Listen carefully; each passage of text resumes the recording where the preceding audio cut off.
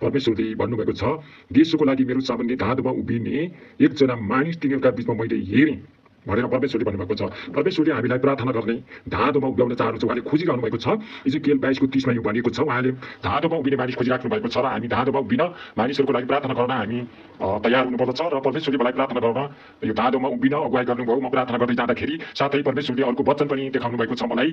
1 तिमोथी 2:1 परमेश्वर भन्नुभएको छ, सबै मानिसहरूका निम्ति निवेदन, प्रार्थना, मध्यस्थ, बिन्ती, धन्यवाद चढाइयुन् भनेर उहाँले भन्नुभएको छ। धाँधोमा उभिने मानिस खोज्नु भएको छ र सबै मानिसको लागि प्रार्थना गर्ने, मध्यस्थ, बिन्ती, प्रार्थना, निवेदन गर्ने मानिस परमेश्वरले आजको दिनहरूमा खोजिराख्नु भएको छ। र आउनुहोस् हामी हाम्रा जेनजी पुस्ताका युवा भाइ बहिनीहरूको लागि प्रार्थना गरौँ। उनीहरूको लागि प्रार्थना गर्न खाँचो छ। प्रार्थनामा तपाईँहरू सामेल हुनुहोस्। आउनुहोस् हामी प्रार्थना गर्छौँ। हालेलुया, हालेलुया, हालेलुया। सर्वशक्तिमान प्रभु परमेश्वर पिता, हे स्वर्गवासी परमेश्वर बुवा, तपाईँलाई धन्यवाद, स्तुति, प्रशंसा, महिमा सदा सर्वदा होइरहोस्। तपाईँ पवित्र परमेश्वर, स्वर्ग पृथ्वीका मालिक, सृष्टिकर्ता परमेश्वर, तपाईँ जसले हामीलाई चुन्नुभयो, छान्नुभयो, तपाईँको राज्यमा ल्याउनु भयो। तपाईँले हामीलाई हाम्रा मानिसको लागि, देशवासीको लागि, युवा पुस्ताको लागि प्रार्थना गर्ने दर्शन, विश्वास, बोझ हालिदिनु भएको छ।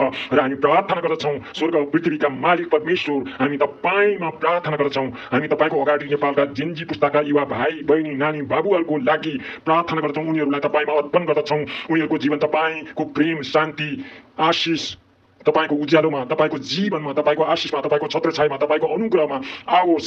तिनीहरूको वर्तमान र भविष्य तपाईँको हातमा सुरक्षित रहोस्।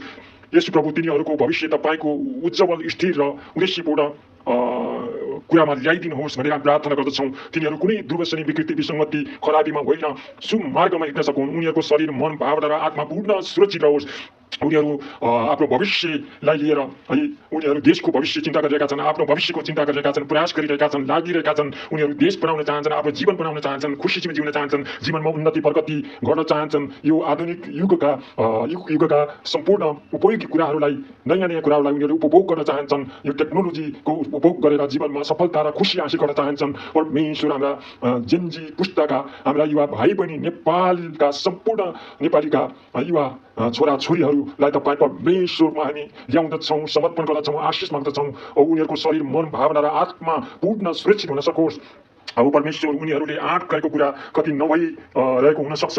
उनीहरूले लक्ष्य राखेको कुरा, उनीहरूले चाहना गरेको कुरा नभएको हुनसक्छ। किनभने उनीहरूले नेपालको भ्रष्टाचार, व्यतिथि, अन्याय, कुसंस्कार, राजनीति, भ्रष्टाचारको अन्त्य गर्नको लागि उनीहरूले आन्दोलन गरेका थिए र आन्दोलनमा कतिपयले ज्यान गुमाउनु पर्यो, कतिपय घाइते भइरहेका छन्। प्रभु, ती ज्यान गुमाउनेहरूको सपना पनि यो देशमा साकार हुन सकोस् र घाइतेहरूको सपना साकार हुन सकोस्। घाइतेहरू चाँडै निको हुन सकुन्, उनीहरू सुस्वस्थ हुन सकुन्, पूर्ण चङ्गाइ हुन सकुन्, उनीहरूको उपचार राम्रो होस् र उनीहरूको उपचारमा तपाईँ परमेश्वरको आशिष र छुवाई, पवित्र आत्माको छुवाई होस् र उनीहरू चाँडै चङ्गाइ हुन सकुन्। उनीहरूको अङ्ग भङ्ग भएका ती अङ्गहरू पूर्ण स्वास्थ्य हुन सकुन्। परमेश्वर, पवित्र आत्मा तपाईँलाई विश्वास गरेर तिनीहरू निको हुन सकुन्। हामी प्रार्थना गर्दछौँ र शहीदका आमा बुवाहरूलाई पनि तपाईँ परमेश्वरले सान्त्वना दिनुहोस्। हामी प्रार्थना गर्छौँ तपाईँ परमेश्वरलाई, हाम्रा जेनजी पुस्ताका, अहिले वर्तमान पुस्ताका जेनजी पुस्ता भाइ बहिनीहरूलाई तपाईँ परमेश्वरको आशिष माग्दछौँ। कतिपय कुराहरूमा उनीहरू चिन्तित छन्। डिप्रेसन, चिन्ता, डर, भ्रम, नकारात्मकता, सबै खराबीबाट प्रभु तिनीहरूलाई बचाउनु। सबै यस्ता समस्याबाट छुटकारा दिने तपाईँ परमेश्वर हुनुहुन्छ।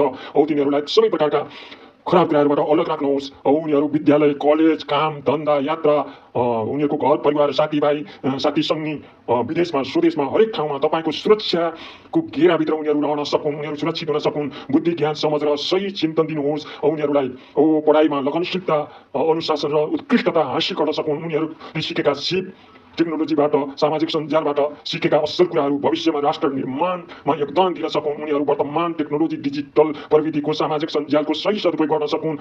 नकारात्मक होइन, सकारात्मक कुराहरूको फाइदा उठाउन सकुन्। नकारात्मक कुराबाट अलग रहन सकुन्। कतिपय दूषित कुराहरूले भरम, प्रलोभन, कुलतमा नपारोस्, नकारात्मक असर नपरोस्। सकारात्मक कुराहरू सिक्दै जीवनमा उन्नति प्रगति गर्न सकुन्, सचेत हुन सकुन्, विवेकशील हुन सकुन्, नैतिकवान हुन सकुन्, इमान्दार, जिम्मेवार बन्न सकुन्। सबै खराबीलाई, झगडा, अतिवाद, जादु, टुनामुना, मन्त्रतन्त्रको प्रभाव जस्ता कुराहरूबाट, दुष्ट शैतानिक र भरम र छलका कुराहरूबाट अलग रहन सकुन्। तिनी कुराहरूले उनीहरूलाई असर नगरोस्, नछोस् र उनीहरू जीवनका असल कुरामा अगाडि बढ्न सकुन्। डिजिटल प्रविधिको उपयोग गरेर जेनजी पुस्तालाई असल विचार प्राप्त हुन सकोस्, असल बोली, वचन, चाल चलन, चरित्र निर्माण हुन सकोस्। उनीहरूको यो डिजिटल प्रविधिले, टेक्नोलोजीले उनीहरूलाई असल कुरा निर्माण गर्न सहायता गर्न सकोस्। कुलतमा नफसाओस्। डिजिटल टेक्नोलोजीको सदुपयोग गरेर उनीहरू जीवनमा अगाडि बढ्न सकुन्।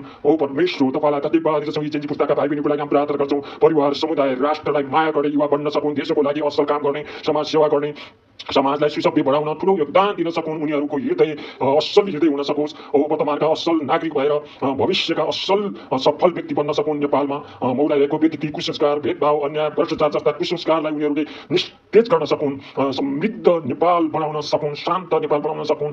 यस्ता कुराहरूमा उनीहरू उत्तरदायी, इमान्दार भएर देश हाँक्ने असल नागरिक बनेर यो देशलाई साँच्चै समृद्ध, शान्त, मेलमिलाप र सुसभ्य बनाउन सकुन्। यस्तो काममा हाम्रा युवा पुस्ता जेन्जी भाइ बहिनीहरू लाग्न सकुन्। स्वार्थ होइन, सेवाभावले आचरणमा उनीहरू जिउन सकुन्। उनीहरूले सिकेको ज्ञान प्रतिभालाई सही प्रकारले सदुपयोग गर्न सकुन्। उनीहरूको प्रतिभा, सिप, सपना मेहनत सबै तपाईँ परमेश्वरको आशिषमा सफलता र फल्दो फुल्दो हुन सकोस्। उनीहरूको हर यात्रामा असल अवसरहरू मिलुन्, ढोका असल सफलताका ढोकाहरू खुलुन्।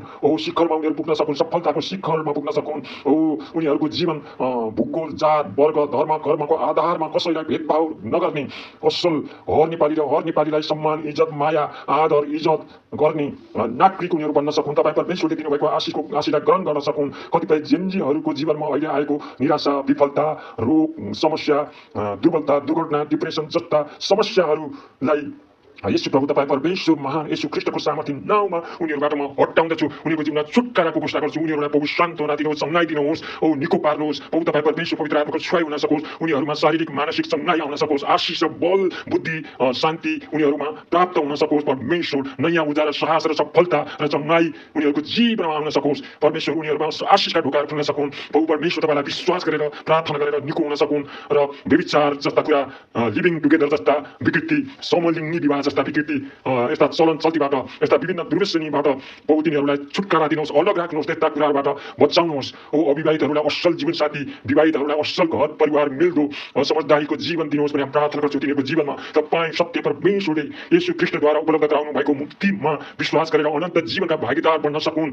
हालेलुया। परमेश्वर घर परिवार, आमा बुवा सबैप्रति एउटा असल इमान्दार, उत्तरदायित्व, देशप्रति उत्तरदायित्व, असल नागरिक भएर जिउन सक्नु। हालेलुया। हामी जेन्जी पुस्ताका भाइ बहिनीको लागि हामी प्रार्थना गर्छौँ। तपाईँ परमेश्वरलाई धन्यवाद दिन्छौँ। ओ शङ्कालाबादी खिरिया आरा सुत्तुमाना ओ कोरो तो ताराबारी खरु सतारा असंखरिया असंखरि खरु सुत्तु असंकारा तो सोकोलिया रा शिखरा ताराबारी करुदा ओ ताराबाजी कजे को दोरा ताता पादा कारी करू दोरा दोरा सखाला लबा ओ शुदराबाजी करुदा आश्चर्य रा ताराबादा लबा ओ परमेश्वर धन्यवाद धन्यवाद धन्यवाद। हे परमेश्वर बुवा, जेन्जी पुस्ताका भाइ बहिनी, नानी बाबुहरूलाई तपाईँको हातमा हामी समर्पण गर्छौँ, आशीर्वाद गर्छौँ। हामी तपाईँको लागि धाँधुमाथि मानिसहरूको लागि तपाईँको अगाडि धाँधुमा उभिँदछौँ। उनीहरूलाई खतराबाट, नाशमानबाट, विकृतिबाट बचाउनुहोस् र असल जीवन तपाईँले दिनुहोस्। असल बाटोबाट डुराउनुहोस्, तिनीहरूलाई सुरक्षित राख्नुहोस्, आशीष दिनुहोस् र तपाईँको शान्ति, मुक्ति, उद्धार, सङ्घाइको राज्य उनीहरूले जीवनमा फैलाउन सकुन्, देशमा असल काम गर्न सकुन्।